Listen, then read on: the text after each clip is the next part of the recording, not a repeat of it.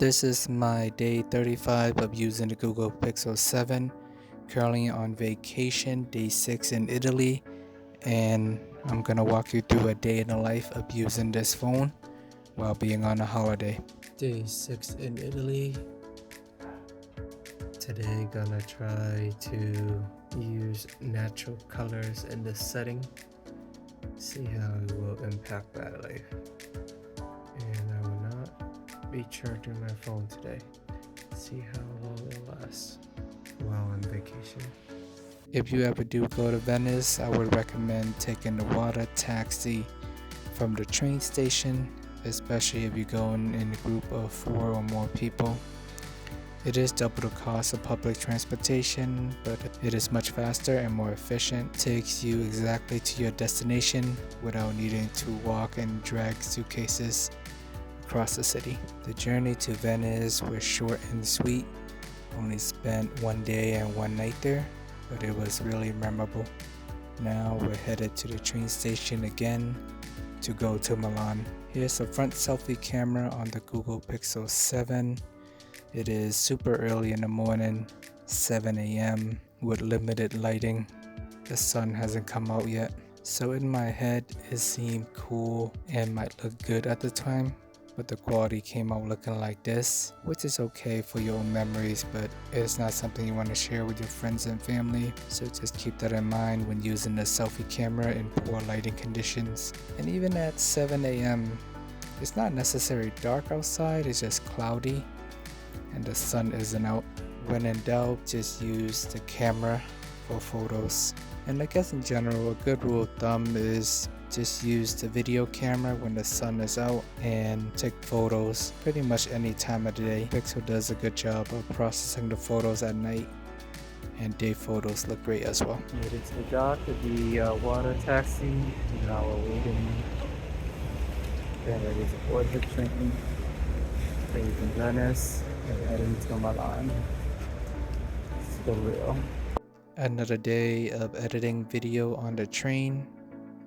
Here's a time lapse from Venice to Milan.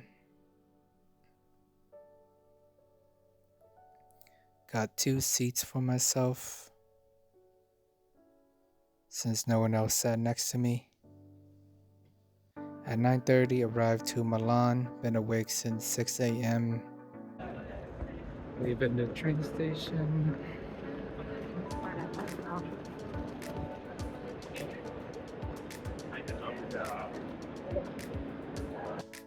Saw a cool building while walking to the Airbnb, so snap a picture of that.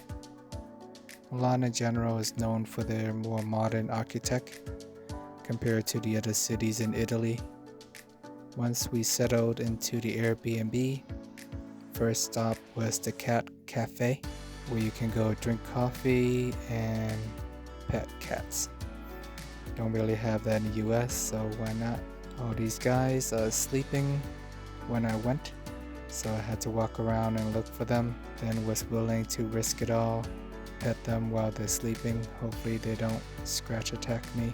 Already paid for the coffee and food, so might as well when in Rome. Sent a Snapchat to my friends for brunch. Found a Michelin star restaurant called Moo Dim Sum, so decided to check it out. Here's some videos inside of the restaurant. We got free shrimp dish with salad and mushroom thingy. Pretty good, and can't really complain about free food.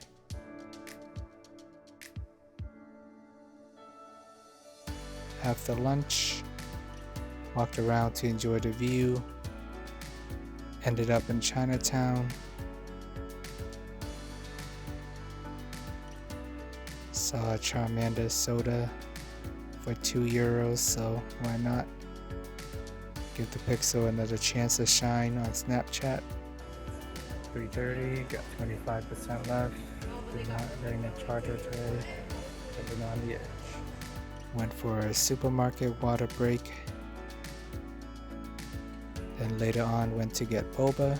Don't judge me for getting boba in Italy. It's actually a huge Asian population in Milan, hence the Chinatown there. Just need a break from all the gelato and chocolate croissants. Then continue to navigate around the city using Google Maps. And when traveling, there's a lot of downtime. Most planes and trains these days have chargers, so you should never really have an issue of running out of battery if you charge your phone properly during downtime. But if you choose not to charge it like me in these videos, then you might start running into issues of phone running out of battery by dinner time. 4:30, got about 8% left. No charger in sight. 5 o'clock, 3% left. Been awake since 6. So almost 11 hours of battery life on vacation. Taking a lot of videos and photos. Overall, does the job. Can't really complain. Been trying my best to not charge my phone throughout the day. I'll say time of death 5:10. Good enough. I'll charge it up. Now I'm gonna make my way over this tower. Since I can't switch the recording while I'm recording my face, gotta manually switch. Here's that tower. Gotta book in advance. We'll go up in a few minutes. Charge my phone while we wait. Here's my first jumping photo in Italy in front of the Arco della Pace.